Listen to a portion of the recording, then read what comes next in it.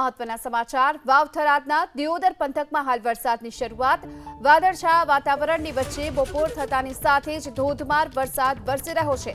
દિયોદરના લુંદ્રા, નવા, રૈયા, કોટડા સહિતના વિસ્તારોમાં અત્યારે વરસાદ વરસી રહ્યો છે। ધોધમાર વરસાદને કારણે નીચાણવાળા વિસ્તારોમાં પાણી ભરાયા। દિયોદર પંથકમાં વરસાદના કારણે હાલ તો ખેડૂતો ખુશ જોવા મળી રહ્યા છે। તો દિયોદર પંથકમાં વરસાદ વધુ વિગતો મેળવીએ સંવાદદાતા વસંત આપણી સાથે જોડાયા છે। વસંત, કયા કયા વિસ્તારોમાં અત્યારે વરસાદ? ગીતા, મહત્વની વાત છે કે વહેલી સવારથી વાદળછાયું વાતાવરણ ને ધુમ્મસ ભર્યા વાતાવરણ વચ્ચે હાલ વરસાદ વરસી રહ્યો છે। ખાસ કરીને દિયોદર પંથકમાં વરસાદની શરૂઆત થઈ છે। દિયોદરના લુંદ્રા, નવા, રૈયા, કોટડા સહિતના જે ગામો છે ત્યાં હાલ વરસાદ વરસી રહ્યો છે। મહત્વની વાત છે કે દિયોદર શહેરમાં પણ જે નીચાણવાળા વિસ્તારો છે ત્યાં પાણી ભરાવાની શરૂઆત થઈ છે।